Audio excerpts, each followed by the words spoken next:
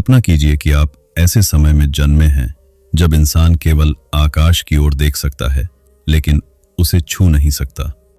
पक्षी बादलों के बीच उड़ते हैं लेकिन मनुष्य धरती से बंधा हुआ है। और फिर एक व्यक्ति आता है जो यह मानने से इनकार कर देता है कि कुछ असंभव है।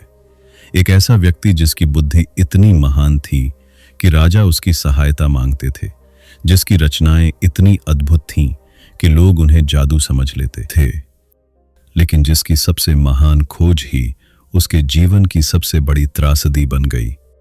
यह कहानी है डेडालस की, यूनानी पौराणिक कथाओं के उस महान आविष्कारक की जिसने इंसानों को उड़ना सिखाया और जिसकी कहानी हमें यह याद दिलाती है कि प्रतिभा और अहंकार के बीच की दूरी कभी कभी बहुत कम होती है। यह कहानी शुरू होती है एथेंस से, प्राचीन यूनान का महान नगर, ज्ञान का केंद्र, कला का घर, और वहीं रहता था डेडालस। उसका नाम ही प्रतिभा का पर्याय बन गया था। कहा जाता है कि वह केवल एक शिल्पकार नहीं था, वह एक आविष्कारक था, एक वास्तुकार था, एक इंजीनियर था और ऐसा व्यक्ति था जो उन समस्याओं का समाधान खोज सकता था जिन्हें बाकी लोग असंभव मानते थे। उसकी बनाई मूर्तियां इतनी जीवंत होती थीं कि लोग कहते थे वे चलने लगेंगी। उसके बनाए उपकरण इतने उन्नत थे कि लोग उन्हें देवताओं का उपहार समझते थे। धीरे धीरे उसकी प्रसिद्धि पूरे यूनान में फैल गई। लेकिन प्रतिभा के साथ अक्सर एक और चीज आती है, गर्व, और कभी कभी वही गर्व विनाश की शुरुआत बन जाता है। डेडालस का एक भतीजा था, उसका नाम था टेलोस। कुछ कथाओं में उसे पर्डिक्स कहा गया है।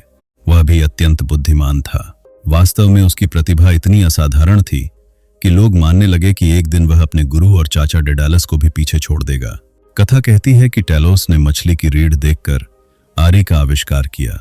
उसने चाक और कंपास जैसे उपकरण विकसित किए। उसकी प्रतिभा तेजी से बढ़ रही थी और यहीं से डेडालस के भीतर भय जन्म लेने लगा। एक दिन यह भय ईर्ष्या में बदल गया और ईर्ष्या ने उसे एक भयानक निर्णय लेने पर मजबूर कर दिया। कहा जाता है कि उसने टेलोस को एक ऊंची जगह से नीचे धक्का दे दिया, लेकिन देवी एथेना ने उस युवक को बचा लिया। उसे एक पक्षी में बदल दिया, पर्डिक्स यानी तीतर। लेकिन अपराध छिप नहीं सका। डेडालस को एथेंस छोड़ना पड़ा और यहीं से उसकी यात्रा शुरू हुई। वह क्रेट नामक द्वीप पहुंचा जहां शासन करता था राजा मिनोस, एक शक्तिशाली शासक जिसके पास धन भी था और महत्वाकांक्षा भी। राजा मिनोस ने डेडालस की प्रतिभा को पहचाना और उसे अपने दरबार में स्थान दिया। कुछ समय तक सब कुछ अच्छा रहा।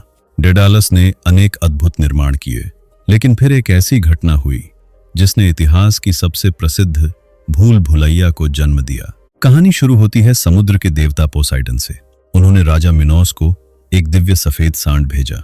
मिनोस को उसे देवताओं को बलि चढ़ाना था, लेकिन सांड इतना सुंदर था कि राजा ने उसे अपने पास रख लिया।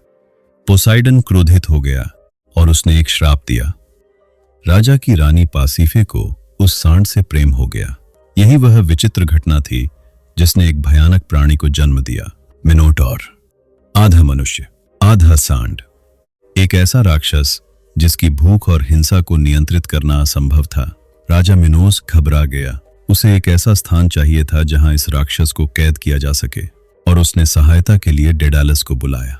डेडालस ने एक ऐसी संरचना बनाई जो आज भी दुनिया की सबसे प्रसिद्ध पौराणिक रचनाओं में गिनी जाती है, भूल भुलैया, लैबिरिंथ।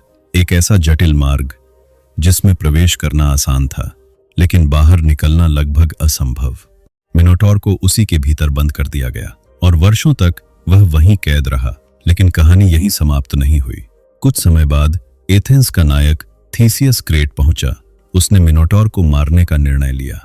समस्या यह थी कि भूल भुलैया के भीतर प्रवेश करने के बाद बाहर कैसे निकला जाए, और यहीं एक बार फिर डेडालस की भूमिका सामने आती है। कुछ कथाओं के अनुसार उसी ने राजा की पुत्री एरियाडने को सलाह दी कि वह थीसियस को धागे का गोला दे ताकि वह रास्ता याद रख सके। योजना सफल रही। थीसियस ने मिनोटॉर को मार दिया और भूल भुलैया से बाहर निकल आया। जब राजा मिनोस को यह पता चला तो वह क्रोधित हो उठा। उसे लगा कि डेडालस ने उसके रहस्य को उजागर कर दिया है और इसलिए उसने डेडालस तथा उसके पुत्र इकारस को कैद कर दिया। कुछ कथाओं में उन्हें एक ऊंचे टॉवर में बंद किया गया कुछ में कहा गया कि उन्हें उसी भूल भुलैया के निकट कैद रखा गया, लेकिन समस्या एक ही थी, वे फंसे हुए थे। समुद्र राजा के नियंत्रण में था, जहाजों पर पहरा था, भागने का कोई मार्ग नहीं था, या कम से कम ऐसा लगता था। लेकिन डेडालस उन लोगों में से नहीं था जो हार मान लें। उसने ऊपर देखा, आकाश की ओर, और तभी उसके मन में एक विचार आया, यदि समुद्र से भागना संभव नहीं तो क्यों ना आकाश से भागा जाए। उसने पक्षियों के पंख इकट्ठा करना शुरू किया, छोटे पंख, बड़े पंख, सैकड़ों, हजारों। फिर उसने उन्हें मोम और धागों की सहायता से जोड़ना शुरू किया। धीरे धीरे 2 विशाल पंख तैयार हुए, इतने बड़े कि एक मनुष्य को हवा में उठा सके। शायद मानव इतिहास में पहली बार किसी ने उड़ने का सपना वास्तविकता में बदलने की कोशिश की थी। जब पंख तैयार हो गए तो डेडालस ने अपने पुत्र इकारस को बुलाया। उसने उसे सावधान किया, बहुत ऊपर मत उड़ना, क्योंकि सूर्य की गर्मी मोम को पिघला देगी। बहुत नीचे भी मत उड़ना, क्योंकि समुद्र की नमी पंखों को भारी बना देगी। मध्य मार्ग अपनाना, यही सुरक्षा का रास्ता है। फिर दोनों ने उड़ान भरी और पहली बार इंसान आकाश में पहुंच गया। नीचे समुद्र था, दूर द्वीप दिखाई दे रहे थे, हवा उनके चेहरे से टकरा रही थी। वे स्वतंत्र थे, कैद समाप्त हो चुकी थी, लेकिन स्वतंत्रता का उत्साह कभी कभी खतरनाक हो सकता है। इकारस उड़ता गया और उड़ता गया। वह उस अनुभव से मोहित हो गया। वह भूल गया कि उसके पिता ने क्या कहा था। वह और ऊपर चला गया, और ऊपर और ऊपर, सूर्य के निकट, बहुत निकट। धीरे धीरे मोम पिघलने लगा, पंख टूटने लगे, और अचानक इकारस गिरने लगा, आकाश से सीधे समुद्र की ओर। डेडालस ने उसे पुकारा, लेकिन बहुत देर हो चुकी थी। कुछ ही क्षणों में इकारस समुद्र में गिर गया और उसकी मृत्यु हो गई। कल्पना कीजिए उस क्षण को, एक पिता जिसने असंभव को संभव बनाया, जिसने इंसानों को उड़ना सिखाया, लेकिन जो अपने ही पुत्र को बचा नहीं सका। यह यूनानी पौराणिक कथाओं की सबसे दुखद घटनाओं में से एक बन गई। बाद में डेडालस सुरक्षित स्थान पर पहुंच गया। उसने और भी निर्माण किए और लंबा जीवन जिया, लेकिन इकारस की स्मृति उसके साथ रही। कहा जाता है कि जिस समुद्र में उसका पुत्र गिरा, वह बाद में इकारियन सागर कहलाया। आज भी डेडालस की कहानी केवल एक आविष्कारक की कहानी नहीं मानी जाती। वह मानव जिज्ञासा की कहानी है। वह उस साहस की कहानी है जो असंभव को चुनौती देता है, लेकिन वह एक चेतावनी भी है, क्योंकि हर महान खोज के साथ जिम्मेदारी आती है, हर नई शक्ति के साथ जोखिम आता है, और हर ऊंची उड़ान के साथ गिरने की संभावना भी। शायद यही कारण है कि हजारों वर्षों बाद भी डेडालस और इकारस की कथा जीवित है, क्योंकि यह केवल यूनानी पौराणिक कथा नहीं है, यह मानवता की कहानी है, हमारी खोज की, हमारी महत्वाकांक्षा की, और उस अनंत इच्छा की जो हमें बार बार आकाश की ओर देखने पर मजबूर करती है।